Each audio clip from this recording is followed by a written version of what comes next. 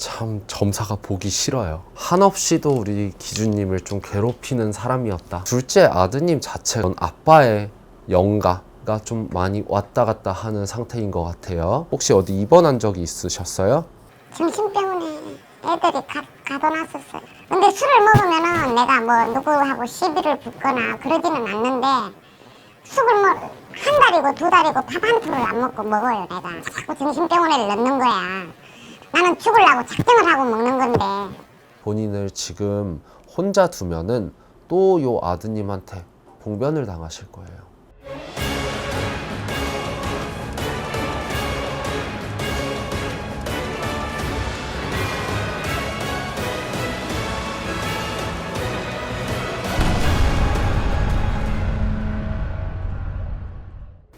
안녕하세요. 성함이 어떻게 되세요?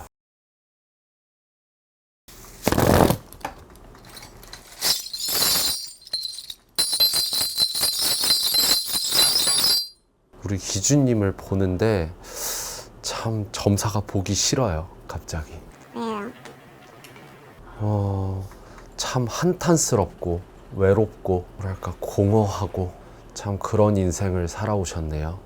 그럼에도 불구하고 내가 뭔가를 해내려고 노력은 이때까지 해왔으나 뒷받침이 되어주는 것들이 없었다라고 보여지고요. 전반적으로 우리 기준님 운을 봤을 때는 항상 가족들에게 배신을 당하고 가장 가까운 사람들에게 좀 치여 사는 팔자거든요. 제가 봤을 때는 우리 어머니를 자꾸만 배신을 하려고 그러고 돈으로도 좀 배신을 하려고 그런다라고 보여져요. 저도 말씀을 드리기가 참 뭐한 게 제가 봤을 때는 분명히 어머니네 친가 쪽으로는 이런 기운이 있는 분들이 계신 것 같아요. 전반적으로. 그러다 보니까 본인 또한 원래는 촉이 좋고 우리 기준님 자체가 먹고 살기 너무 바빴다 보니까 제가 봤을 때는 이런 쪽으로 관심을 두기 시작한 지 그렇게 얼마나 안 되신 것 같아요. 대주님이 돌아가셨어요?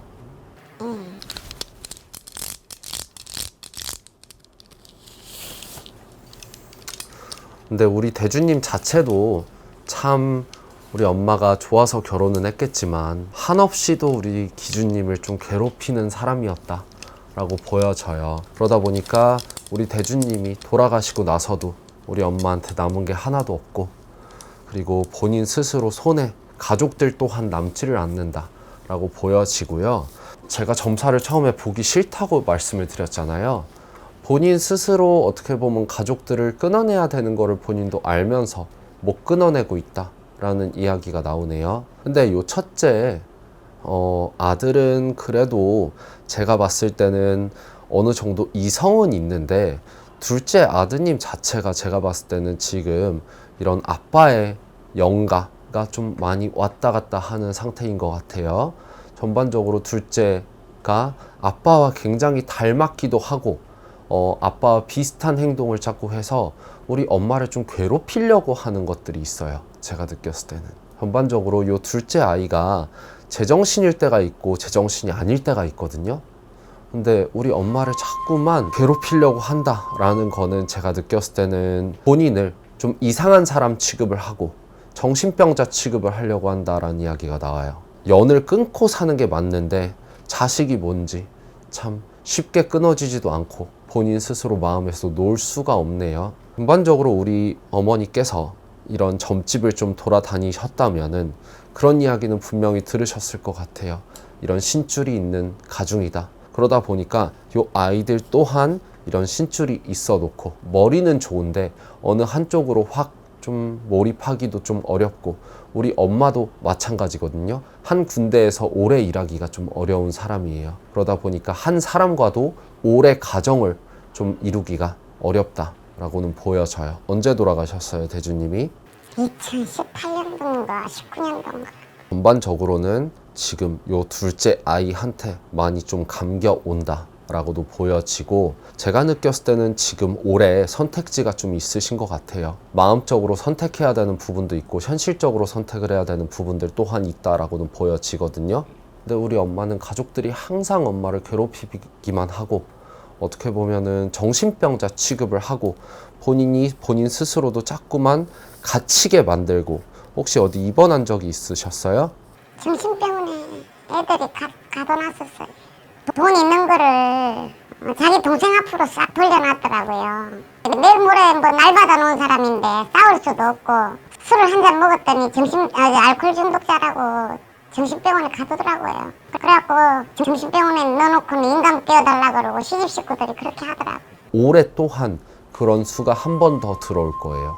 음력으로 5월, 6월 상간에. 그렇기 때문에 제가 봤을 때는 이 부분에 있어서 기준님이 좀 법적으로 처리를 해야 될 것 같아요. 이거는 보호를 좀 받든 본인이 보호받을 수 있는 방향으로 가셔야 된다라고 느껴져요. 근데 술을 먹으면은 내가 뭐 누구하고 시비를 붙거나 그러지는 않는데, 술을 뭐 한 달이고 두 달이고 밥 한 톨을 안 먹고 먹어요, 내가. 그럼 애들이 그거를 내가 몇 번 봤어요. 그러니까 자꾸 정신병원에 넣는 거야.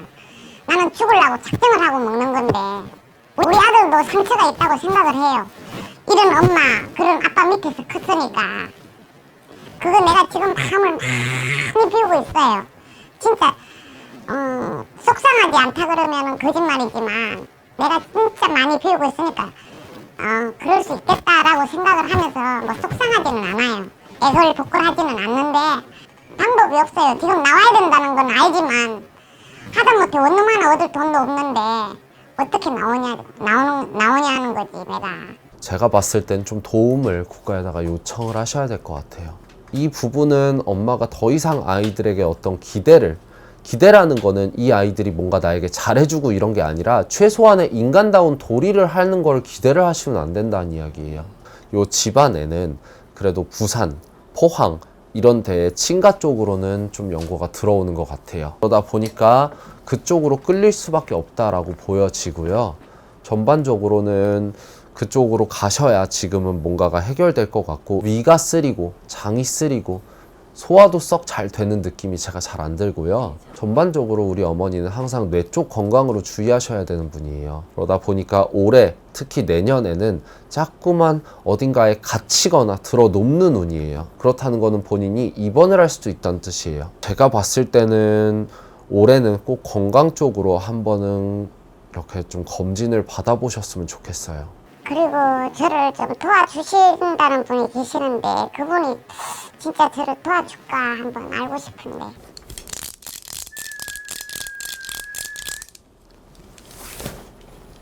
제가 봤을 때는 본인네 친가, 아버지 쪽에서 그래도 끌어당긴 인연이에요. 그렇기 때문에 어쨌든 저는 시동생이나 남편 얘기는 안 나오고요. 아버지가 나오셔서 어떤 이야기를 하시냐면은 미안하시대요. 이름도 모르고 성도 모르는 게 제가 있는 줄은 알아요. 아버지가 참 본인 죄인이다. 정말 미안하다. 이런 이야기들을 하시고, 아버지께서 그래도 제가 봤을 때는 본인의 존재는 알고 있는 것 같아요. 그렇기 때문에 같이 들어오셔서 어떻게 보면은 자꾸만 미안하다라는 이야기가 나오고, 아버님 또한 좋게는 못 돌아가셨기 때문에 아직까지 본인을 도와줄 수 있는 환경도 안 되고, 어떻게 보면은 아직까지는 더 윗대 어르신들을 모셔올 환경도 안 되다 보니까 지금은 본인이 좀 힘드실 수밖에 없는데, 항상 마음으로 아버지 좀 도와주세요 라는 마음으로 사셨으면 좋겠어요. 저는 이분은 저 도와주시겠어요? 제가 봤을 때 이분은 본인을 도울 수 있어요. 어떻게든 본인은 지금 주변에서 도움을 줘야 될지, 본인을 지금 혼자 두면은 또 요 아드님한테 봉변을 당하실 거예요. 지금 호수도령님은 저한테 해줄 수 있는 게 뭐예요? 초라도 밝혀줄 수 있습니까? 이런 경우에는 차라리 부적을 좀 써드릴게요. 건강이나 이러면 이제 언제쯤이나 좀 편한, 아니 저도 사람이다 보니까 돈 언제 많이 벌어요 이건 묻고 싶은데 그거는 중요한 것 같지가 않아요. 지금 내 상황에서는 내 마음이 언제 안정이 돼서 자식들 뭐 잊을 수는 없겠지만 잊지는 못하겠죠. 내 핏줄이니까 그냥 좀 편안하게 살을 수 있을지 그게 제일 궁금해요. 제가 봤을 때는 그래도 이분이 귀인으로 들어오는 분은 맞거든요.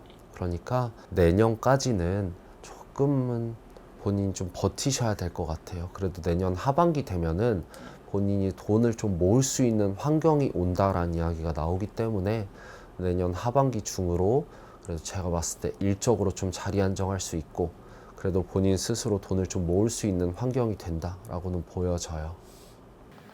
나는 이런 생각도 했어요. 그냥 우리 선생님들 구판 하시잖아요. 구판에 있는 데 가가지고 공양주도 하고 싶다는 그런 생각도 해봤어요. 그냥 내가 형편이 좀 된다면은 노인들이 있든지 이제 미혼모들, 애기들 있는 데 가서 그냥 봉사하면서 살고 싶은데 여건이 그렇게 안 되잖아요. 자식도 없는데 보험이라도 좀 넣어놔야 되고 경제생활을 안 하면 안 되니까 그런 생각 많이 하고 살아요. 이게 인간의 복이 없는 사람들은 특징이 뭐냐면 신에서 돕고 조상에서 도와야 되는 자손들이거든요. 근데 참 그 신의 품을 벗어나면은 그 풍파라는 게 이루 말할 수가 없이 와요. 제가 봤을 때는 지금 뭔가 받을 신이 와 있거나 하진 않아요. 그렇기 때문에 어쨌든 가까운 데서라도 가셔서 좀 기도 좀 드리시고 하시면 좋을 것 같아요. 아시겠죠? 네, 맞습니다. 수고하셨습니다. 감사합니다. 제 마음을 알아주시는 것 같아서 저는 사실 얼굴 공개도 하고 우리 시입 식구들 보게 하고 싶었는데 우리 호수도령님 얘기 듣고 나니까 보여줄 필요도 없는 것 같아요. 뭐 집을 얻든가 원룸이라도 얻든가 뭐 차라도 갖고 나가서 뭐 밖에서 생활하다가 지금은 이제 날 따뜻해지니까 뭐 차에서 충분히 잘 수 있는 상황 되잖아요. 그러고 싶네요.